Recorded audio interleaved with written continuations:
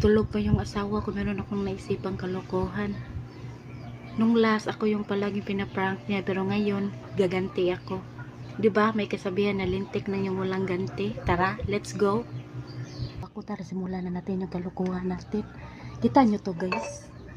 Isang kawali at isang panakip ng kaldero.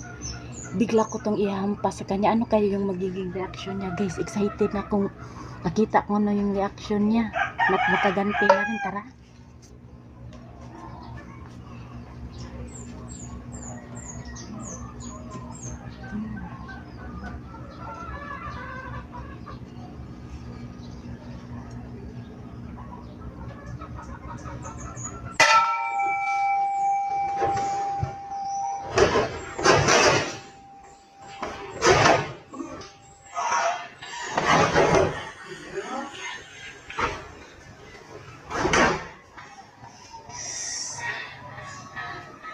Ito, bukutong mata.